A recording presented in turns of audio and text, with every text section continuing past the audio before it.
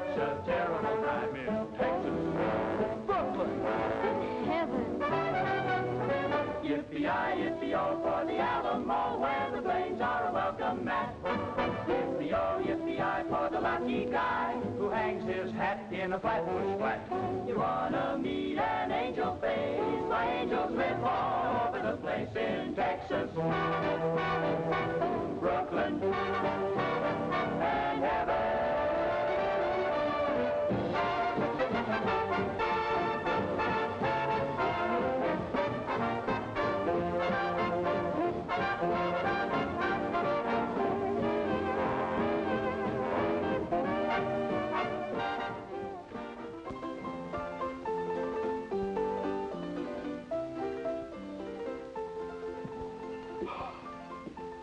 What'll you have?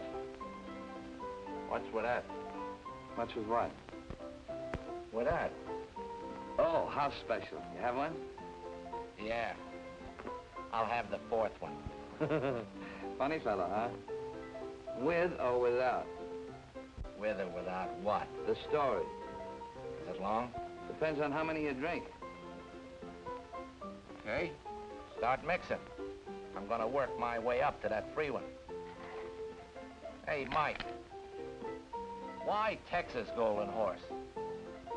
Why not Brooklyn Golden Horse? Because Eddie Taylor came from Texas. Dallas, Texas.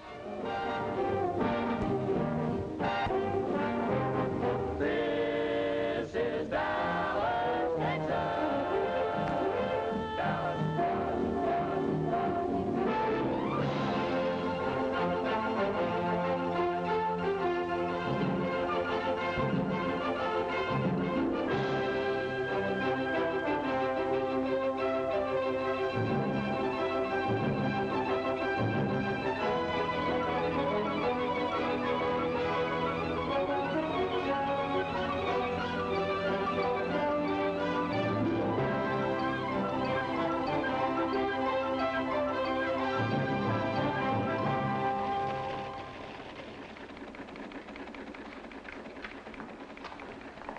Boy.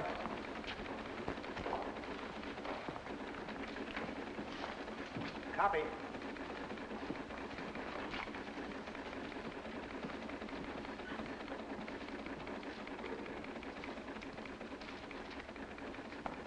Say, copy. Got anything for me? Nope. You don't expect to get anything for that place. Not on the Dallas News, do you, Eddie? That's good. I'm kind of busy here anyhow. Who are you kidding? Copy. I'll see you.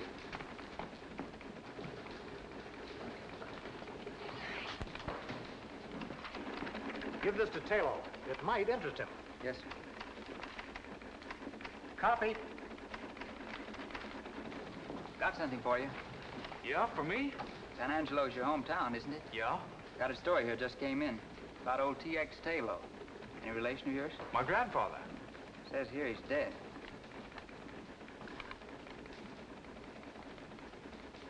He was a very old man. Left an inheritance, huh? Yeah. His own private money belt and a couple of 1875 Colt revolvers. Well, he remembered me. I'd forgotten him. Seems he didn't believe in banks, so he left me $6,000 in cash in his money belt. Copy. I'll see you.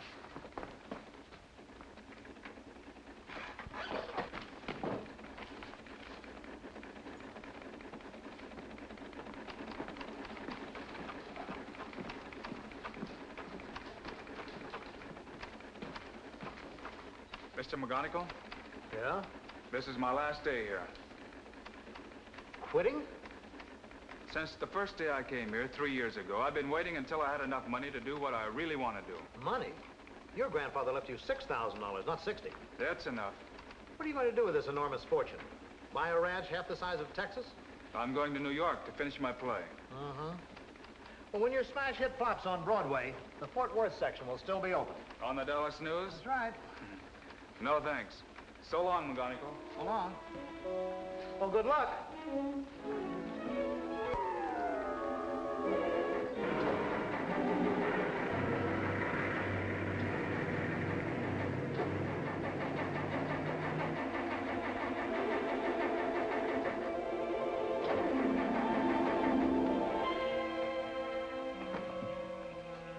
got off to a swell start.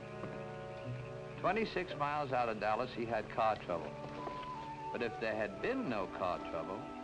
Say, mister, would you give me a lift, please? I'm not very heavy. Where did you come from? I was asleep there beside the road, and then I heard you making all that noise. I guess it woke me. Go away. You're a very rude person. You're not a nice girl. Out on the highway this time of the night. There's nothing nice about you either, not a single iota. It so happens I'm running away from home. Some people do it in style, some have to do it my way. So for your information, I am a nice girl. And now if you'll excuse me, good night.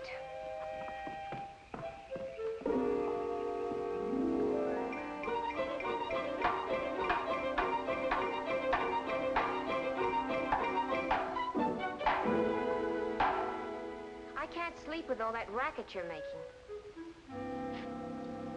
I'm sorry my car broke down in your boudoir.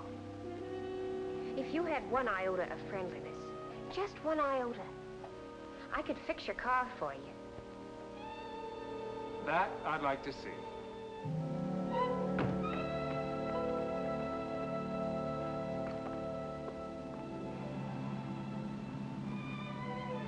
Thanks for fixing my car. You've already said that 4 times. I'm only trying to make conversation. Please don't exert yourself. I'm sure it must be very exhausting for you to try to be nice. I'm a fellow who's always been alone. Even when I work with others, I'm still alone. I'm not used to helping or being helped.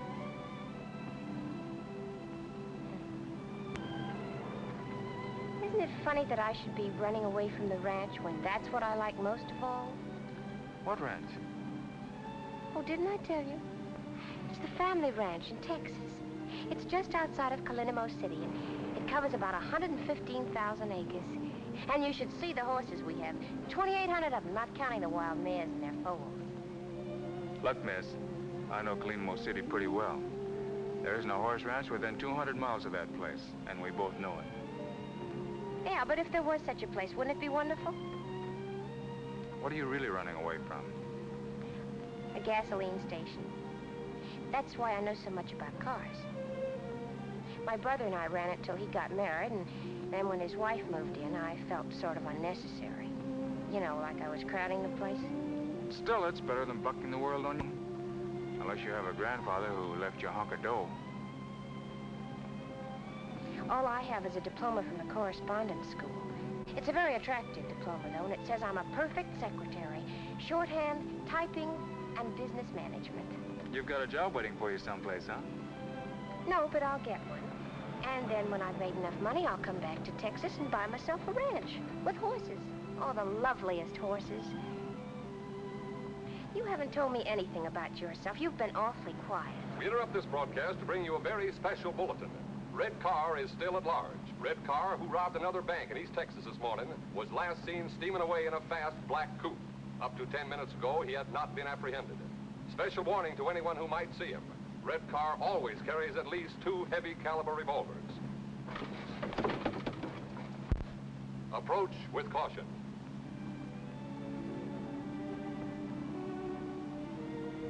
What kind of work do you do? Oh, I'm going to New York to write a play. You still haven't told me your name, or would you rather not? Tayloe. Eddie Tayloe. How do you spell the Tayloe? T-A-Y-L-O-E. My name is Peruna Dunklin. I spell the Dunklin D-U-N-K. Watch out!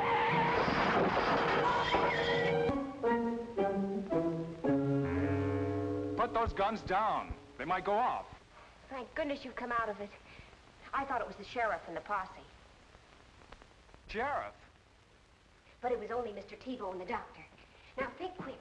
They'll be in here in a minute. We'll use the name you gave me last night, Eddie Tayloe. That's what I've already told them your name is. Are you listening to me? I'm listening. My name is Eddie Tayloe. Good. And I'm your sister, Perry. My sister? It makes it look better. Red Carr wouldn't be riding around with his sister. What's Red Carr got to do with this? Who are you? Eddie Tayloe. That's fine. And don't worry about your money belt. I put it under the couch after Mr. Tebow helped me get you into bed last night. I'm getting out of here right now. What happened to my shoulder? You're lucky you're alive. I don't know. And who's this Mr. Tebow? This is his house. He lives here alone. His wife ran away with the dentist, but he doesn't care, he says, because now he doesn't have to pay the bill. Anyway, he helped me get you here after the accident. You remember the accident, don't you? Remember it. I'm still in it. It's getting worse. And we're so fortunate that Mr. Tebow didn't recognize you. Let's get something straight. I'm not Red Carr. Of course not. You're Eddie Taylor. We agreed on that, didn't we? It's not a matter of agreement. I am Eddie Taylor. And I'm your sister. I have no sister. You better have one if you know what's good for you. Hello, Doctor. Hello, Miss... Taylor. Perry Taylor. And, you're... I'm Red Carr. You've heard about me, Doc, haven't you? Why, everybody around these parts knows about Red Carr. What are you nodding your head for? Don't you believe I'm Red Carr, don't you? Yeah. And now, perhaps it would be better if I talk to the patient alone.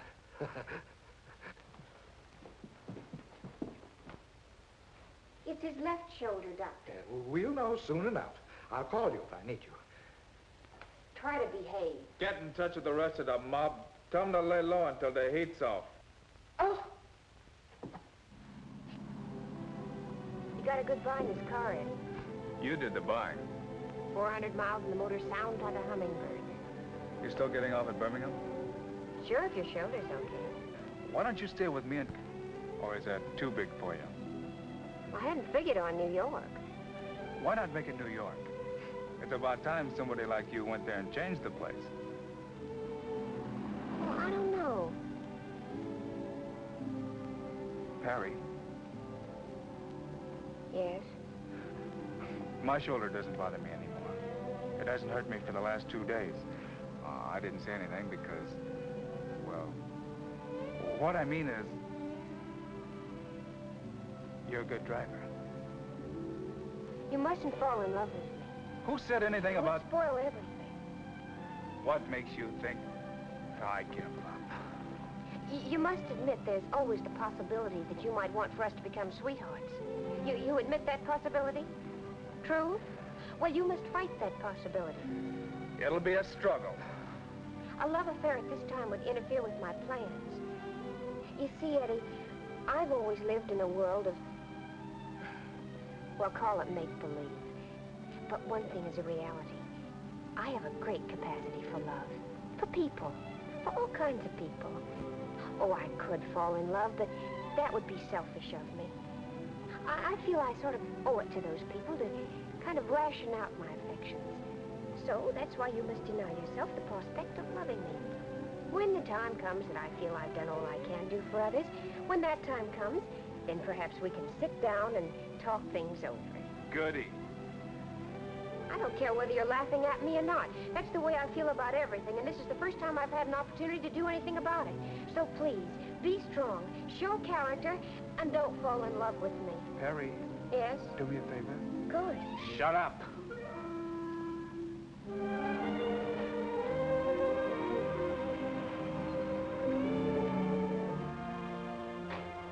What are you gonna do, walk out on me right now? You said your shoulder's okay? Well, I'm a little tired. You drive for a while. After all, it's a long way to New York.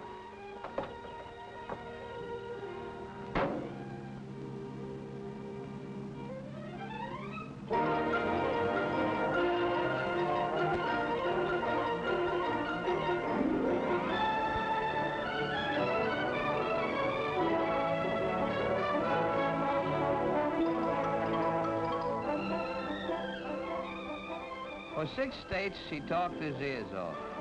Of course, Perry knew he wasn't Red Carr. But she kept up a rack just for the fun of watching him blow his top. And all the time, he didn't know that she was giving him the needle.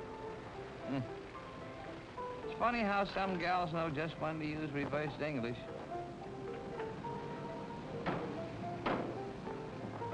Well, anyway, it's not expensive like the others. make a good hideout. For the last time, I don't need a hideout.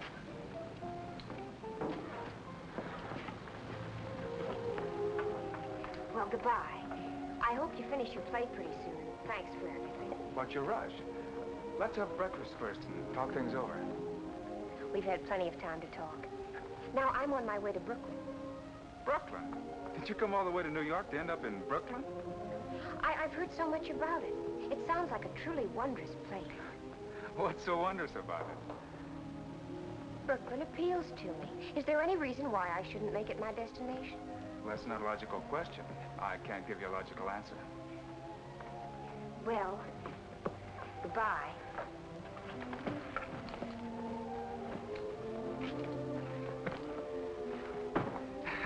I hate to see you rush off like that. Eddie, you're being romantic. I give up. In plain and simple language, goodbye.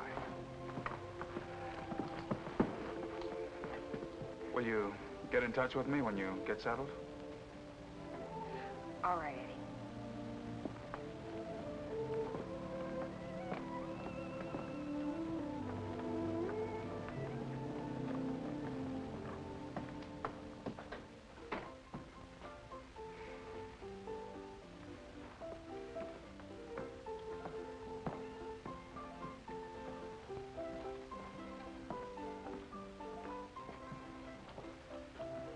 Let me have a room and bath, please.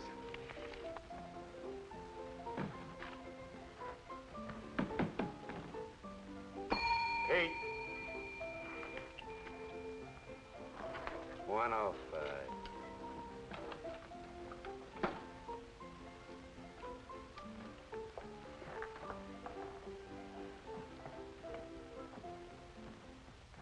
I'm not a bellhop, you understand? I'm a kind of a general all-around everything. A bellhop would starve to death in a flea bag like this. Present company excluded, the customers here are anti-tipping. That's why I gotta be illegal to make a living. Like I take small bets from the horse playing set. I got a regular clientele. You can become a member. Where's the phone? No phone. A hotel without a telephone? Downstairs near the bar, there is a public phone for the accommodation of the guests. That's very accommodating. Frankly, it's a plot against the customers, to make them drink. You see, every time you go down to answer the phone, you buy a drink. Well, what if I don't want to drink? Don't be a character. You get into the habit. That's why Mr. Simpson yanked all the phones out of the rooms. Let them do their phoning in the bar, he said. That'll make them drink. Understand the psychology? Well, I don't want to hurt your feelings, but I don't understand the psychology. Look, I'll explain it to you very simple. Say you're a guy, and you answer the phone, and it's your girl, and she says, Harry, take it like a man. From now on, Joe has took your place in my heart forevermore. What is Harry gonna do? There is a bar, all laid out for him. Congenial company, and a bartender will listen to anything. What is Harry gonna do? Right. And it doesn't make any difference whether it's his girlfriend, or it's the boss, or even if it's the bookie trying to collect a bet. Good news or bad news, he's bound to take a drink. Sometimes to forget, sometimes to remember. And then there's the nervous type. He's got to have a drink before he answers the phone. This type... Maybe you don't have to work, but I do. A writer. Do you mind? A regular character. If anybody calls you... Nobody's gonna call me. But if I get a call from Brooklyn, and it's a girl, nobody's gonna call me. But if anybody does, I'll come up and get you. You don't have to worry about tipping me. I make my money illegal, but legitimate. Only, I gotta figure you out first. Yes? Yes. We'll do everything we possibly can. Goodbye. And now, Miss Taylor, what kind of room would you like and what district? You know the YWCA may not be able to find it for you. I'd like to live in the loft of a stable. A stable? Did you say you wanted to live in a stable? Yes, please. If it isn't too much trouble. You're aware that there might be horses in that stable? Oh, yes, of course. I'd favor a stable with horses in it. But if you can't find one with a horse in it, I'd still favor a stable, even if it was empty. Oh, well, now that makes it much simpler. I I hoped that I would be able to find such a place here. After all, this is Brooklyn, so naturally... Oh, yes, naturally. Naturally. Naturally.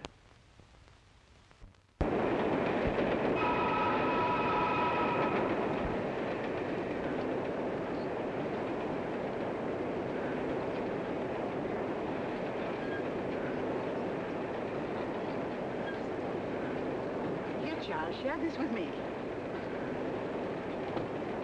Thank you. Delighted, my dear. Delighted.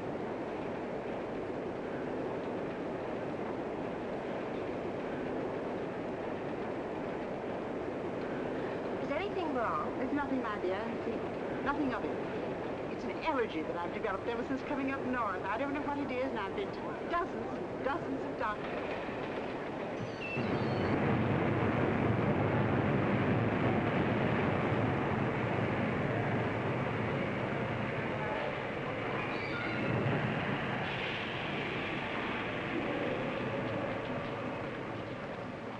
Wasn't a nice thing to do. My dear child, I am ashamed of myself.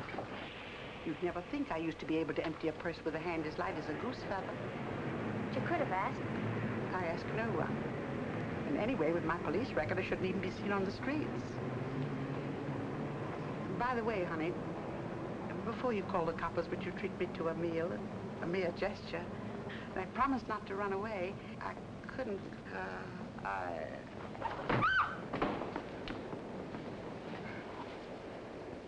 But you gotta answer some questions. Why? Because you have a pencil and a notebook? Because it's the law. I've told you she doesn't feel well. Now, isn't that enough? Okay, we'll let it go at that. Now, how about a nice, clean ambulance? None of that, dear boy. No ambulance. But you're sick, lady. Why make her sicker? Ambulances, hospitals, a lot of questions. I know the whole routine. Very unhealthy, all those questions. Okay, then just give the facts. What's your name? Perry Taylor. You know, I think that the thing we... Mind if I get the facts? T-A-Y-L-O. Add an E. And the lady, ever seen her before? Enough of this. Child, I don't want to burden you with... Oh, dear. Send for the wagon. You know, they should send you home. Two will get you 5. She hasn't even got a home. She has you got a home. And how would you know? Because she's my mother. Your mother, huh? What kind of a daughter are you not to feed your own flesh and blood? Because she was too proud and independent to accept help. And then one day she ran away from home to see what she could pick up on her own. I didn't catch up with her until today. She didn't want to be a burden on me. Or on my brother. You see, I have a brother, too. His name is Edward Taylor, and he lives at the Grand National Hotel. She's his mother, too. Now, that makes everything fine, doesn't it? Okay, you're going to take her home with you and take care of her? Of course. And your address, Grand National? No, it's 9006 Flatbush Place. Not the house itself, the stable. 9006 Flatbush Place. Now you're doing the right thing. And where do you live? Oh, I don't want to get mixed up in this. I was just waiting for a downtown express, but I'll take a local.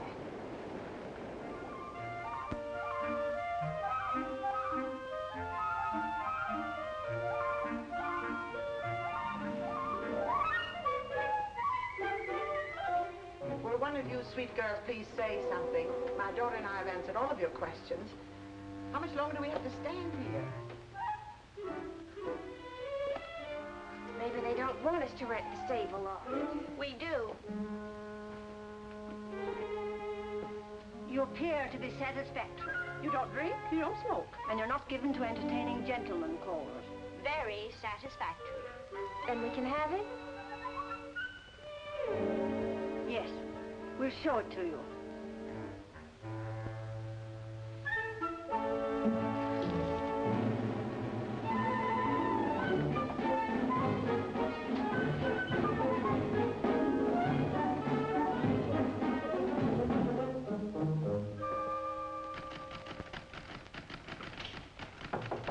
Come in. Telephone for you. For me? The police department. Well, it's a gag. Why should the police want me? Don't be disturbed, character. When the police use the telephone, it can't be anything serious. Maybe they just want you to identify a corpse. It's okay, you can go that way. We're informal here.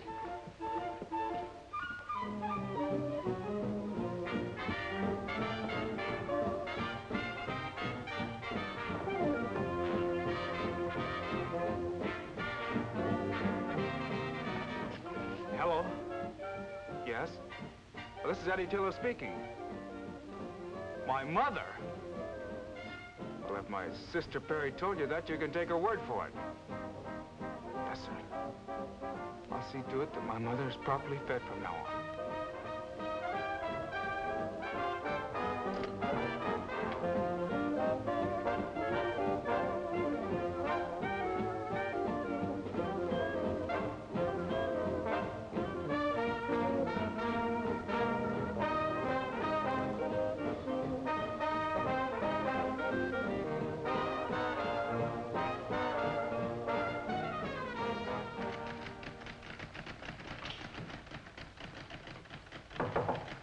Another telephone call. Your sister.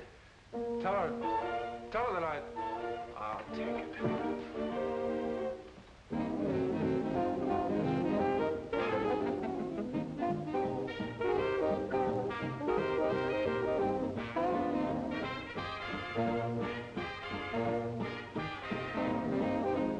Hello.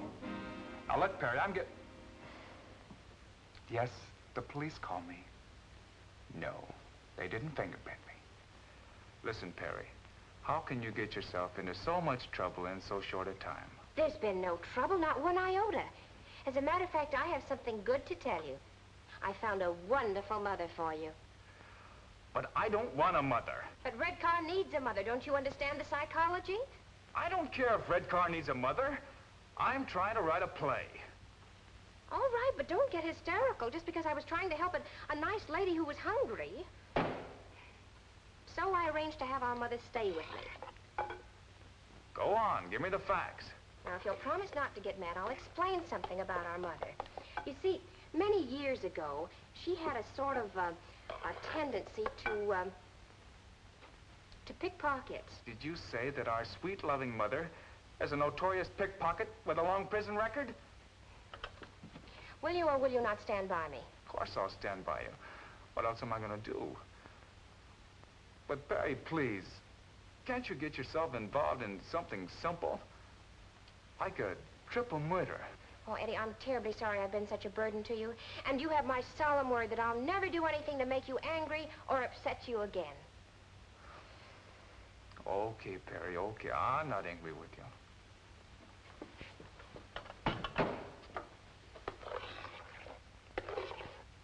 Hello? Hello, Perry? Perry? Hello? Hello?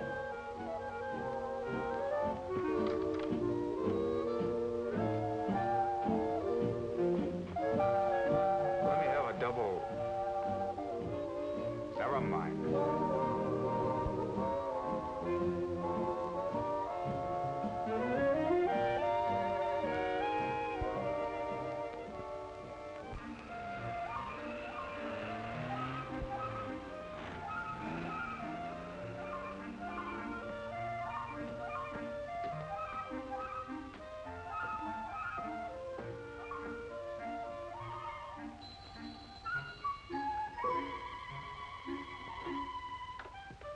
Yes? I'm Eddie Taylor. I'm expected, I believe.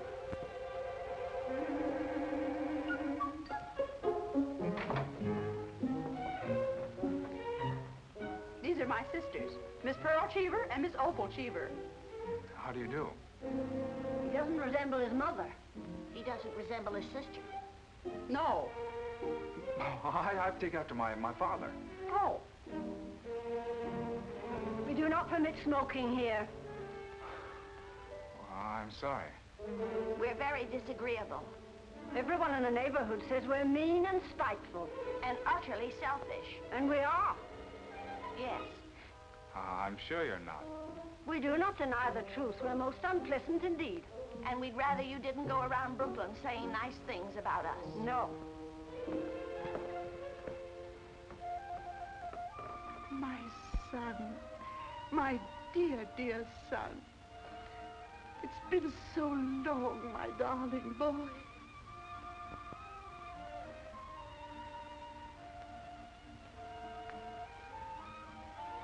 You may use the sitting room. Thank you, dear girls. Come along, my sweet. Remember, no smoking.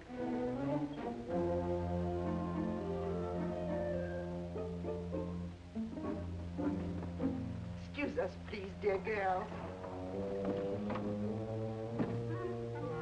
You could have called me Mother. But I wanted to call you a lot of things. But that triple threat out there stopped me cold. I called you about Perry. Well, it's about time. If I'd known this address, I would have been here 3 weeks ago. Well, Perry didn't want to get in touch with you until you had a job. Now she's got a job. Why didn't she call me? Well, it's a strange kind of a job she's got, my boy. If this job is something you got her, if you're getting her mixed up in something crooked, Just look who's talking. I may have lifted a lever now and then, but I never pulled a bank job. But for Perry's sweet sake, your secret shall remain locked deep within my heart. What about Perry's job? What's wrong? That's why I thought we'd drop down and watch her while she's at work. Then you can decide what course of action to take. Oh, can't you tell me about it? Where's she working? Coney Island. And imagine we can get some hot dogs while we're there. Come along, my sweet.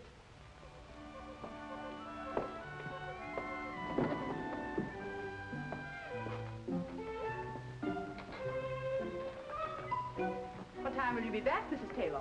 Oh, in an hour or 2 or 3.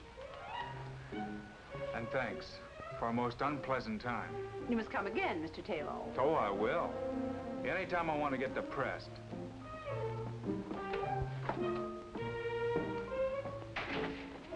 We should have listened in on their conversation. We should have. Next time we will.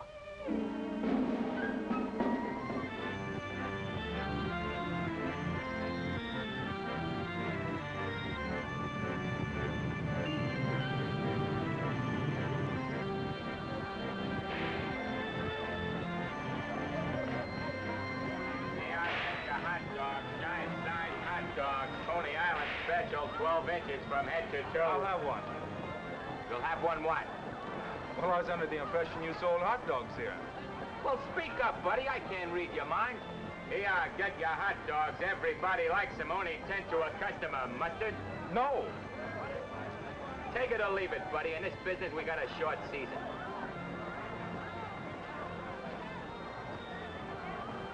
Excuse me, sir. I didn't mean to offend you. Oh, the Park Avenue type. Here, get your Coney Island hot dogs. Straight out. Everybody eats them. Everybody likes them. Straight out. But I told you I didn't want another hot dog. Well, don't eat it. I'm just trying to keep both your hands occupied. Here, hold this for me a minute. Excuse me. Excuse me. Excuse me. I know that little guy. He didn't recognize me, but I spotted him right away. He's called Doc because he looks like a nerve specialist. One of the smoothest operators in the profession. Your profession? Uh-huh. By the way, you better look and see if you still got your wallet.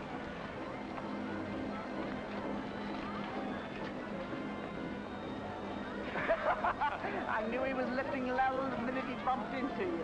And I suppose you lifted it from him to prove to me that you've reformed. No, child. I just want to see if my technique is better than the doc's. Maybe I didn't prepare it. I wish you wouldn't say I'd reform. Makes me feel so old and useless. For your pleasure, I give you the greatest entertainment value on the Midway. Ziggy's internationally famous water nymph. This is it. What's Perry doing in there? We're down here to find out. And I hope she can swim. Presenting the water nymph.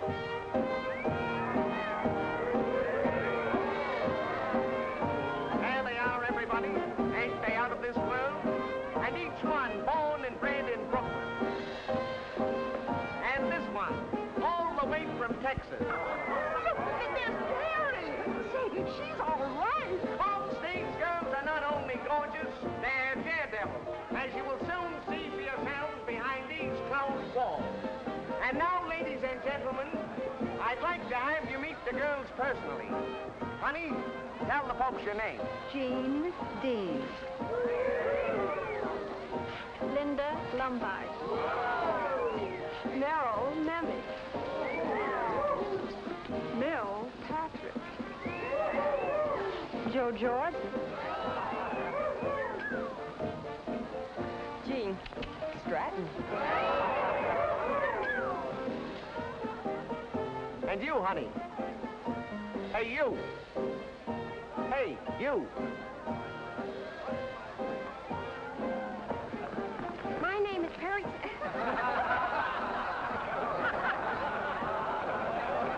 My name is Perry Taylor.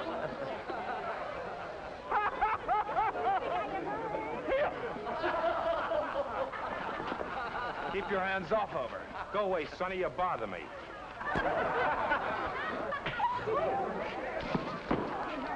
Right down this way, folks. Come on down, right down this way. The biggest show on the Midway. Come on down, folks. The biggest show on the Midway. The show is going on now. Right this way, folks. The biggest show on the Midway. See the fire eater, folks. Come on down, right down this way, folks. Come on down this way.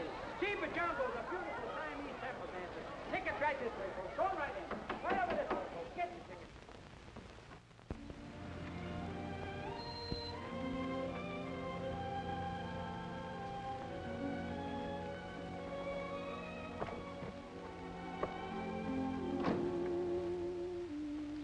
I'm obliged to you, Eddie, even though you made me lose my job. I'm obliged to you because I know you meant well. But in the future, please let me pick my own jobs and you stick to your playwriting. Oh, what's the use? I give up. Here. Call it a loan or whatever you want. You'll need it until you get another job. Well, thank you, but I'm not looking for charity. Good night. Hey, mother of mine. Here, you try to give it to her. Well, she said she didn't want it. I know, but you're slick enough to figure out a way of getting it to her. Or are you going to get high-hat on me, too? Frankly, yes. We, and I speak for my daughter and myself, want no further interference from you.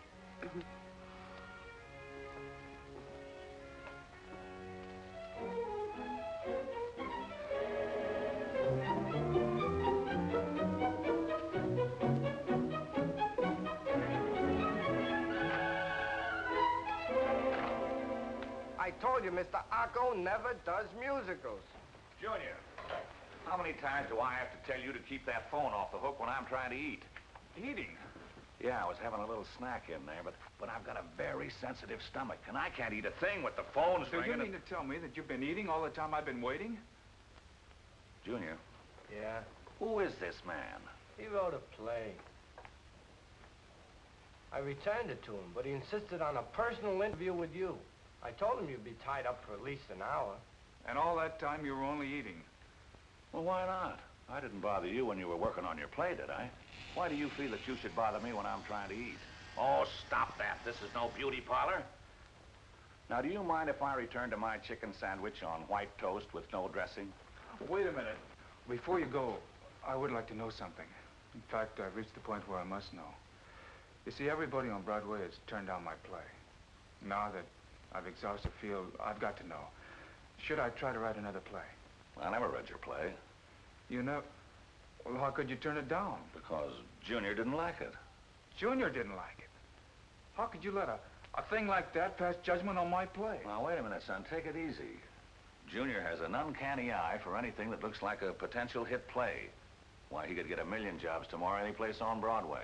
But he's my son, and I won't let him go. Junior, tell the gentleman if he has any talent. I don't care what he thinks. Well, you asked me a question. Junior will have to answer you. I can't. All right, I'll take his opinion. So, Eddie asked Junior. But even Junior didn't like it. Nobody liked it. Eddie was a bust. When I met up with him, Eddie had fire coming out of his eyes and smoke coming out of his ears. Hold it, Mike. You better hitch up that third horse.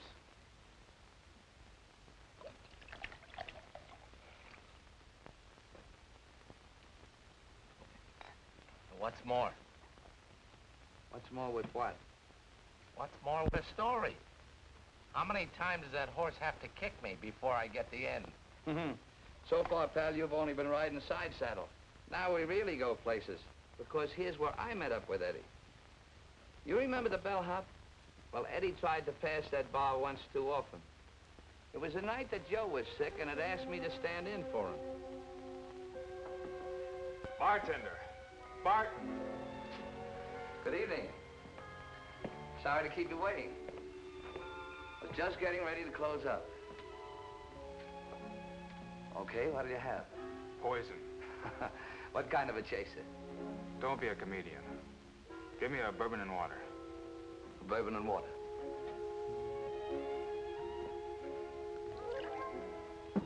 You can call me Mike. Why? That's my name. Oh.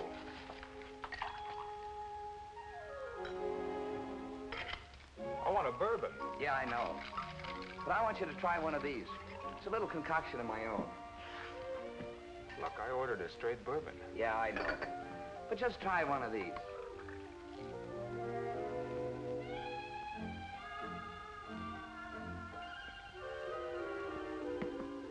Now, can I have a straight bourbon?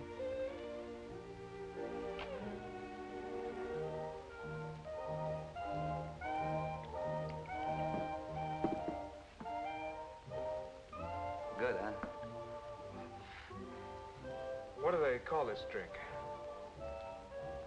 Golden Horse. Okay, Mike. Let me have another Golden Horse.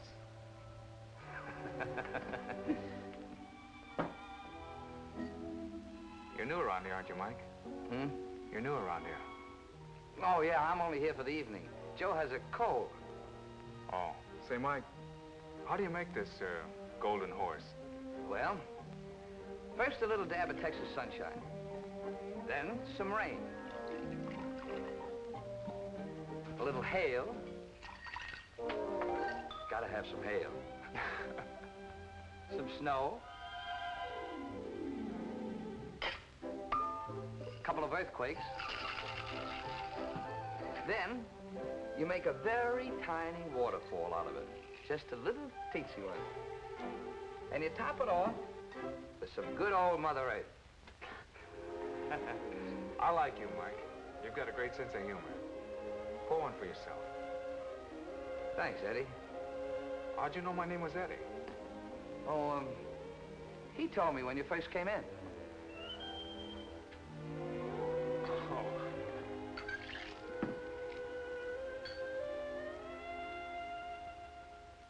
Eddie really tied one on that night.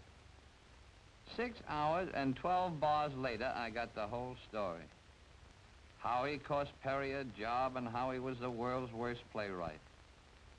Along with it, I got the idea that there might be something I could do for these kids. The smart thing first. Got Eddie sobered up the easy way.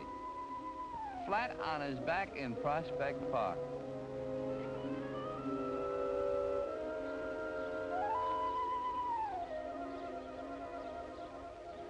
Mike?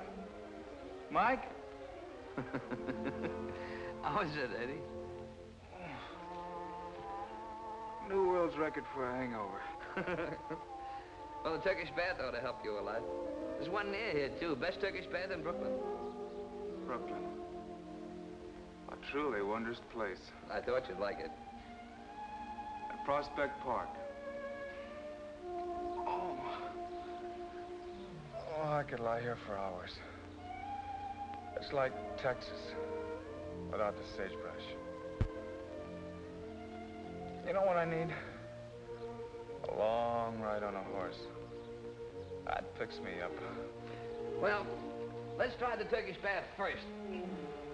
And while we're there, you can get your clothes clean. Then, if you want, you can rent a horse. I'll go along with you on that Turkish bath deal. The horse is out. It's gonna be pouring here in a few minutes. I wouldn't take a mule out in such weather. Say, I know where we can rent a horse and the rain won't even touch us. And you can have any kind of a gait you want. Fast or slow, or one that'll rock you like a baby in a cradle. And you can have your Texas sagebrush, too. Where is this heavenly spot? Right here in Brooklyn. This Brooklyn is truly a wondrous place.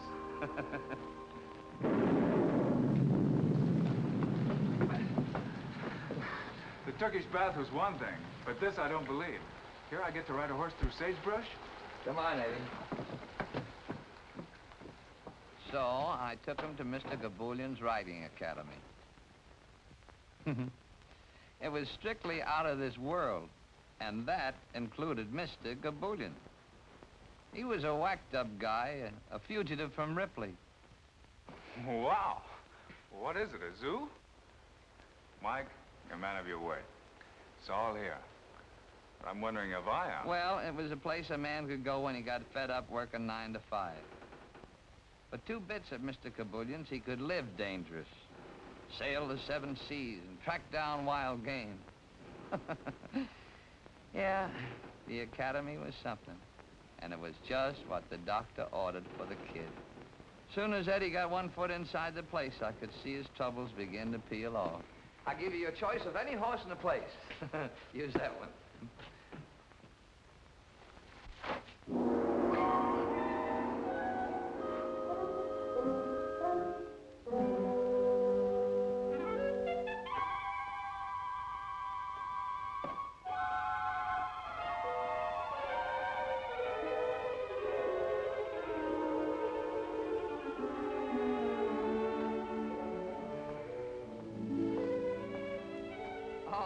Mr. Gaboulian. Sorry to disturb you. Meet my friend Eddie. Eddie and I want to ride your horses. Excuse, please, gentlemen. The rain was so heavy, so I think nobody comes. So I have me sleep in the house on the elephant. Excuse, gentlemen, please. Please. What's he doing up there? Huh?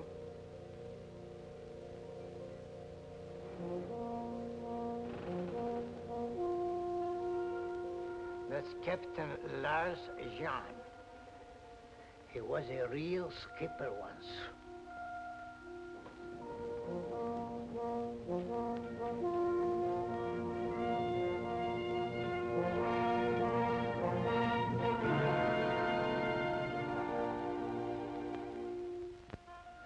That boat teaches you not to become seasick, huh?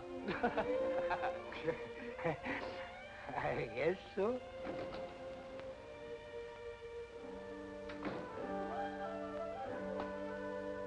Excuse, please, gentlemen.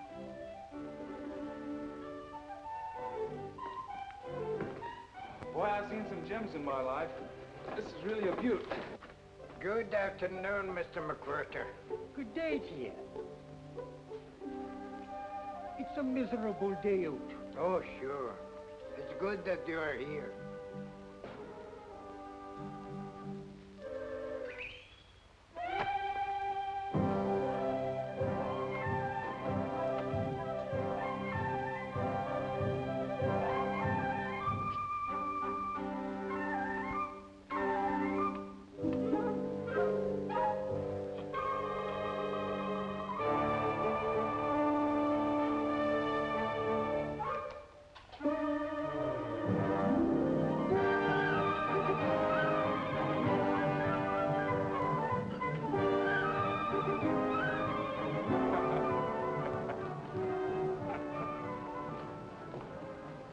Mr. Robert Bruce McWhirter.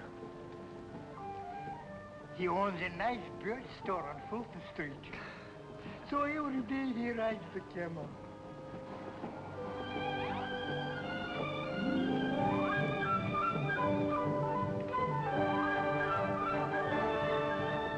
He looks like he's having a lot of fun. A lot of fun? That's the only thing that makes him happy.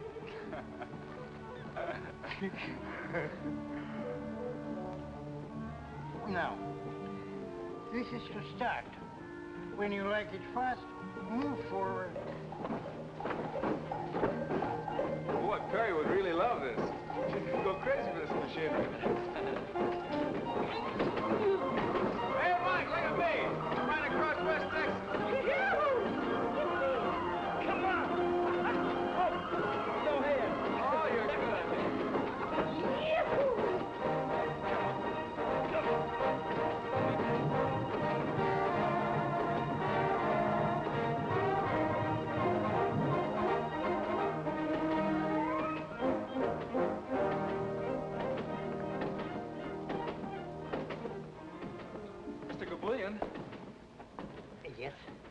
I want to make you a business proposition.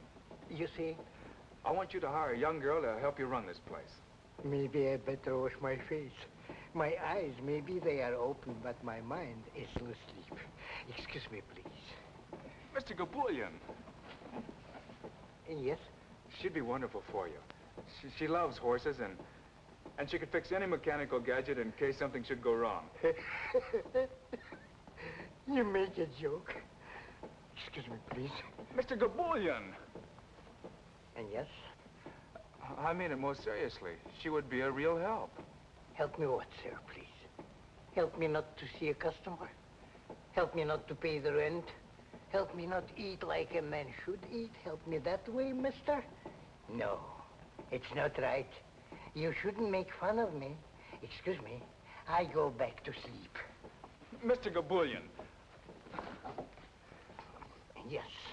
I know you can't afford it. So I'll give you her salary every week, and then you can pay her. Or in other words, she'll be getting the job on her own. Understand? Why should I go back to sleep?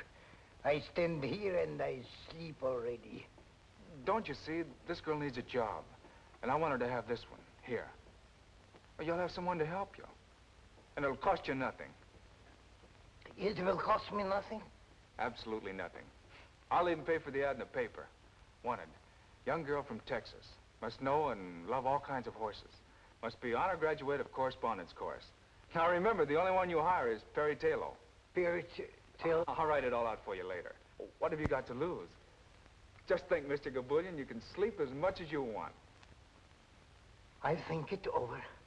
What is there to think about? Nothing. Only it makes it sound like better business. So I think it over for a minute, please. Then I give you my answer, which will be yes. Swell. Now, we each put in a nickel to begin with.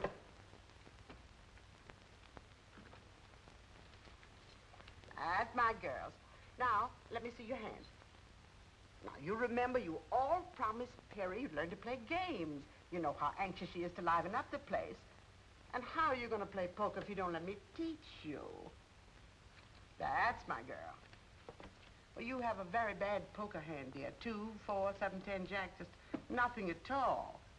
But if I were you, I'd hold on to this jack, because that's your highest card, see? And ask for 4 more cards. I'll gladly give them to you. Nice, fresh, new ones. Now, no, you hold on to that, dear. Now, Ruby, let me see what you have. Why, that's wonderful. You've got a pair of 4s. Now, if I get a pair of 2s or 3s, you'll beat me, you see. You see how simple it is to play poker? Now, dear, let's see what you have.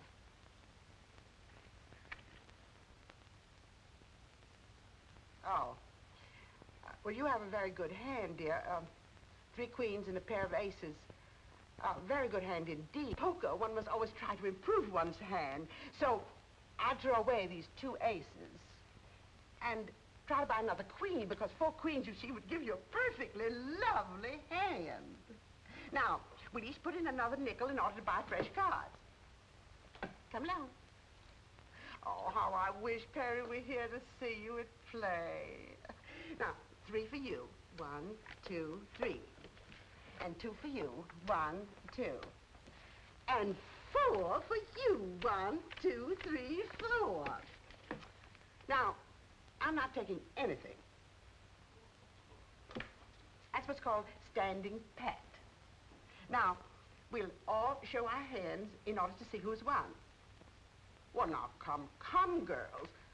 If we don't show our hands, how are we going to know who's the lucky girl? And the lucky one wins all the money in the center of the table. Now, I have a straight. 5, 6, 7, 8, 9. Now, you remember what I told you about a straight? I'm going to be awfully hard to beat. Awfully hard. But that's the game of poker for you. That's what makes it so terribly exciting. Now, let's see, dearest, what you have. Come along. Oh, you poor, unlucky thing. I haven't got anything. Not even a pair. Now, let's see what you have, dear. Well, you still have only a pair of 4s. That doesn't beat a straight. Now, dearest, let's see what you have.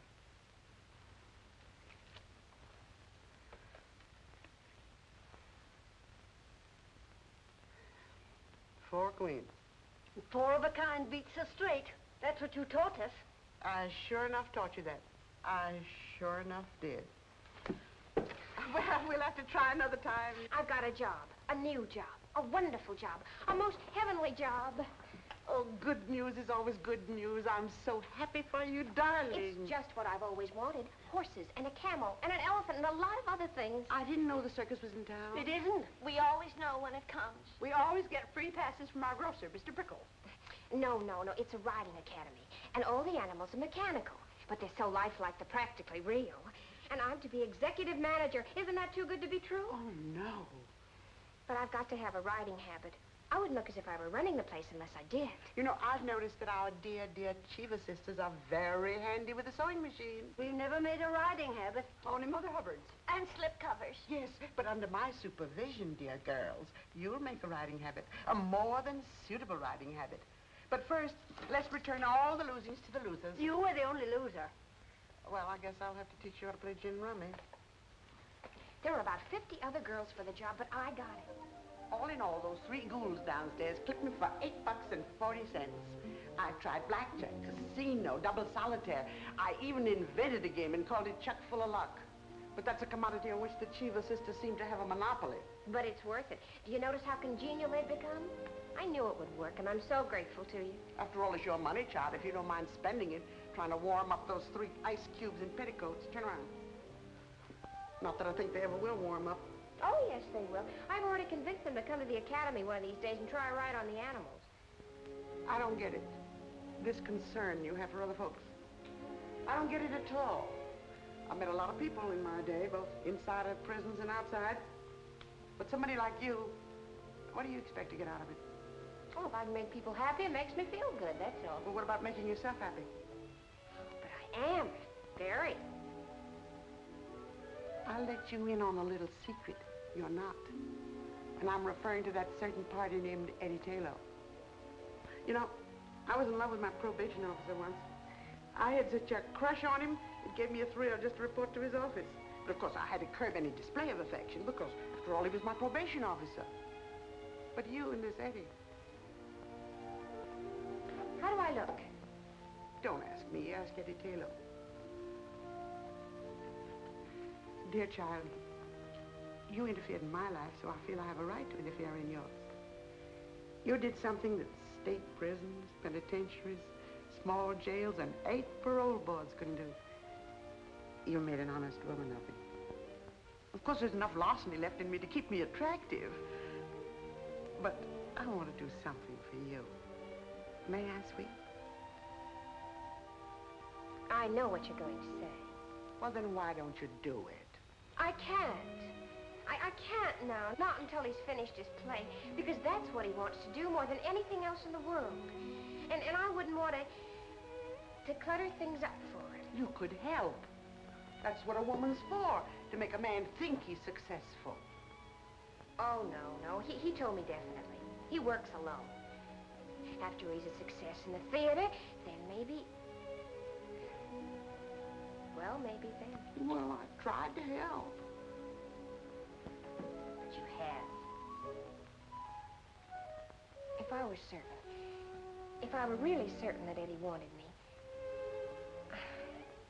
you know what I mean. Well, the least you can do is to call up that idiot and tell him you're working and where. I'll do it. I'll do it right now. Do you think he'll like me in this outfit? Well, I don't know about him, but a normal male, well, a normal male would be very normal about it. Eddie.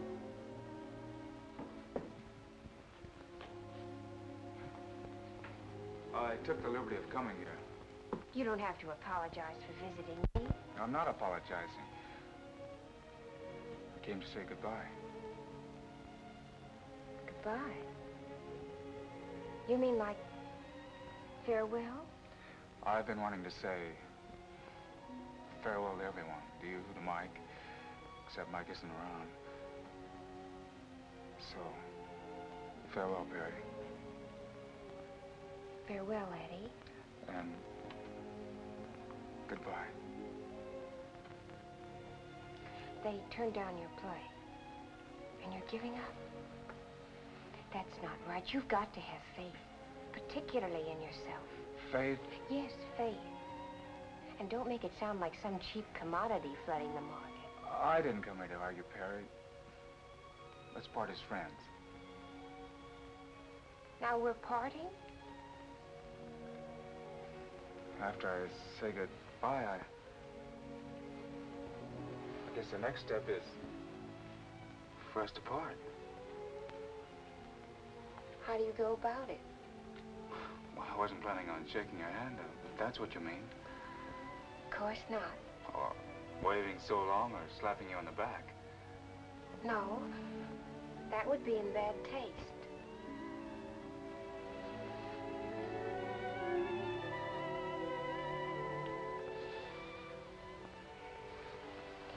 You may fall in love with me now.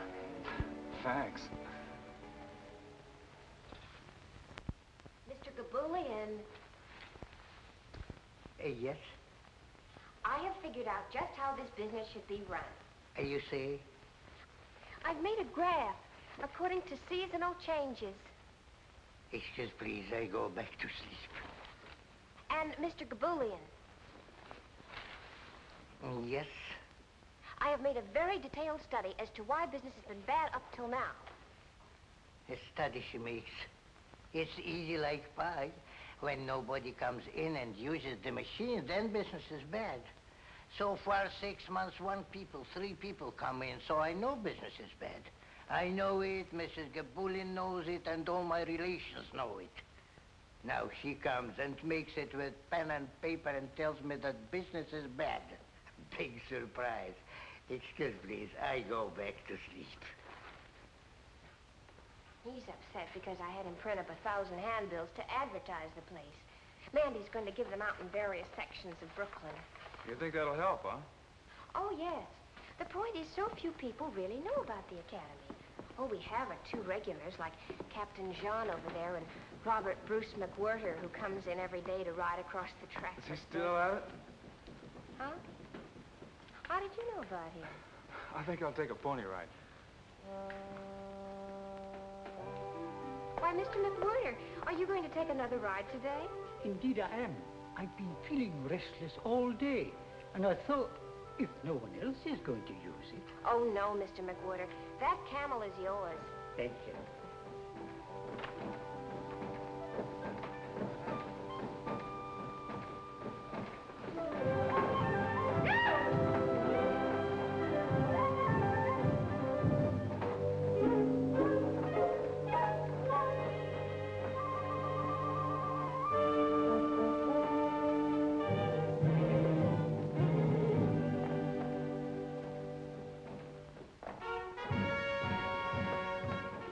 I just brought you 3 more customers. All right, girls, come in. They were a little unwilling at first, but here they are. Oh, I'm sure you'll all have a perfectly wonderful time. Why shouldn't they have? I just taught them how to shoot craps. They won close to $6 from me, and the dice were loaded.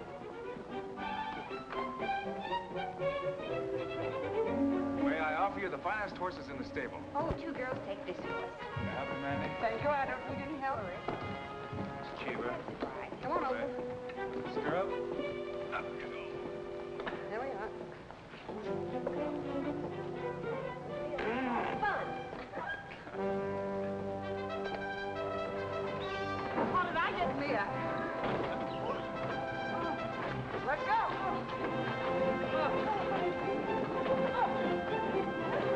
Yippee!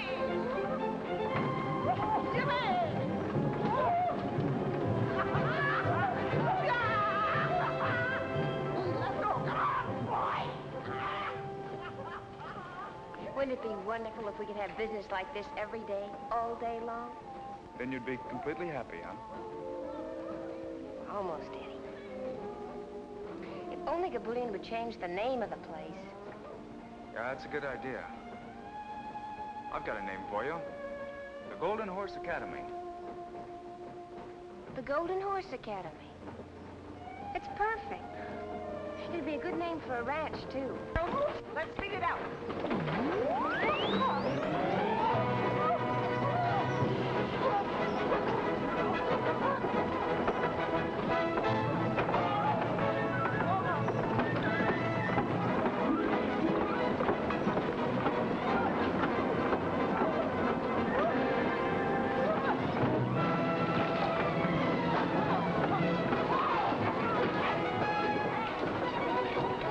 What can that be? Maybe they're using too much juice. It could be an overload.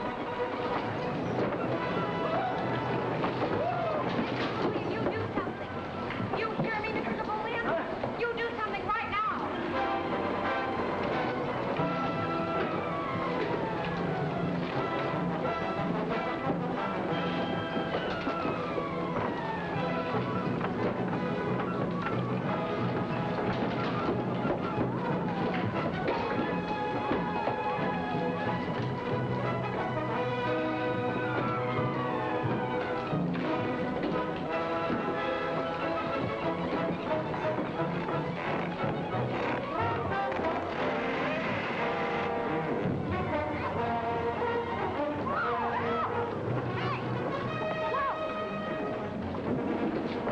Where's the main switch?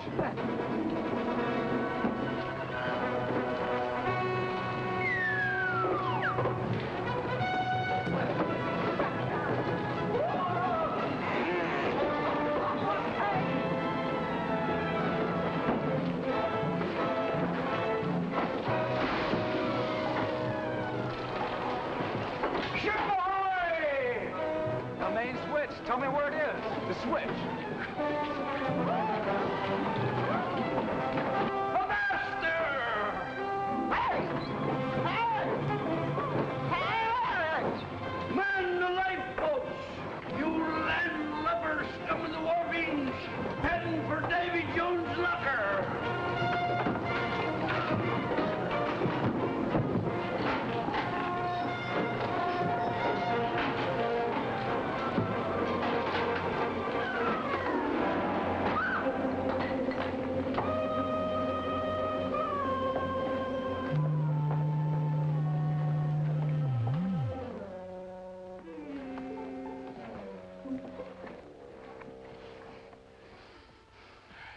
What happened, please?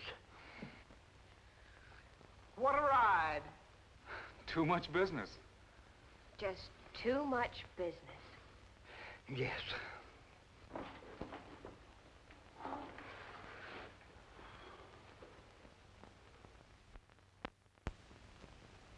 You still riding with me? Leave us have no small talk, pal. You better get that horse going again. Mm-hmm. This one you get for free. That's the one I've been waiting for. Well, by this time, Gabulian had enough and decided to sell the joint. And who do you think bought it? Eddie. And you know why? Just to keep Perry working, just to give her a job. Of course, Perry didn't know that Eddie sunk his last $800 in it. Eddie and I figured that this academy deal would clear up everything. But the place just didn't seem to catch on. Even with Perry running it and with all the faith she had in it. Christmas Eve came along, and Eddie and Perry were only 2 jumps ahead of the sheriff. Say, what do you think could be happening up there at 11 p.m.? That's Gabulian's place, isn't it? Used to be. It's been called the Golden Horse Academy the past couple of weeks. Think maybe they're having a Christmas party up there?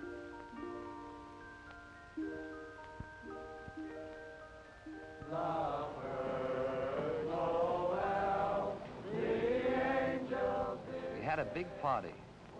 Well, it was supposed to be big.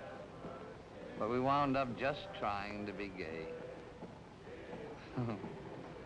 Robert Bruce McWhirter showed up, along with a whole gang of Santa Clauses, all members of the Big Brothers of St. Nicholas, South Brooklyn branch.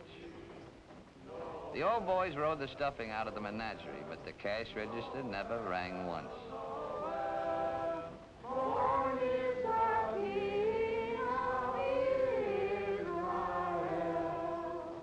Then Officer Carmody came in.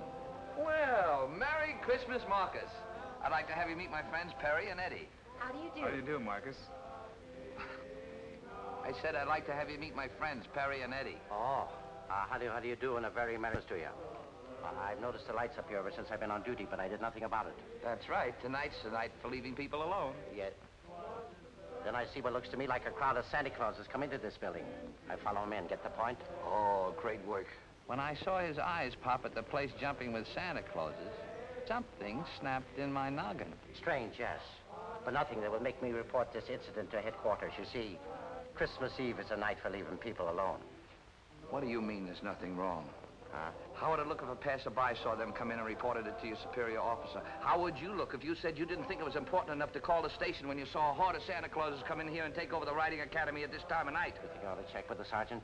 Is that the sort of thing that happens to you every night? But this is Christmas Eve. Well, does that explain the situation as far as an officer of the law is concerned? Don't let anyone leave. I'm going to call the station. Come with me. Give me the numbers of all the newspapers. Manhattan as well as Brooklyn. Hello? City desk, please. Soda, Pop? Yes, dear. I'll have just a teensy. Well, really, girls, there's a limit to how far we can go. Why? I don't know. Yes. Well, just a few.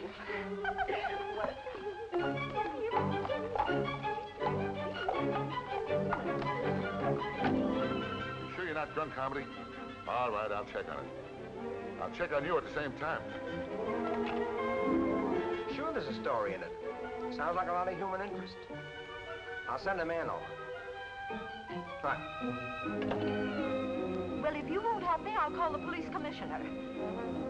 I tell you, he does this every Christmas Eve, but he always gets home in time for dinner. Something must have happened to him. Here's a newspaper in the Bronx. Well, give it to me. We want complete coverage. 50 Santa Clauses? This time of the night? Have you got the address? Yes, Alice, I've already called the police. Oh, you have too? But what could have happened to them? We just got a tip about 100 Santa Clauses, all drunk, running wild someplace in Brooklyn. Yes, lady, I got all that. Now, how was your husband dressed? Oh, like Santa Claus, huh? Maybe he got stuck down the wrong chimney. Now, look, lady, don't take it so serious. We'll find your husband all right. No sense of humor. Gin.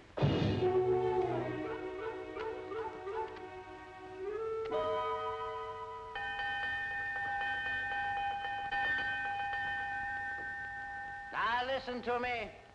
Listen to me, all of you. Your wives and your children, your friends and your neighbors, burning up the telephone wires, asking if any of you is behind bars at the police station, or lying all torn to pieces on a hospital bed, or stretched stone dead on a cold slab in the morgue. Well, are you? No, I got a list of names to check on. You lads are going home right away. Big smile now. Oh, come on, bigger than that. There we are. You know, with this publicity and everything, you have here a pretty valuable piece of property. But Cheever sisters want to buy it. What do you think, Perry? We could always use the money to buy a ranch. In Texas, perhaps. I merely offer it as a suggestion.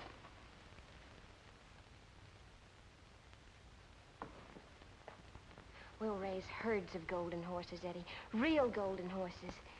Maybe 50 of them to begin with. And a lot of little golden coats. 100 golden horses, Perry, to begin with. And after that, well, maybe many more.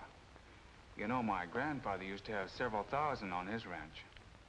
Eddie Taylor, now don't you start pretending.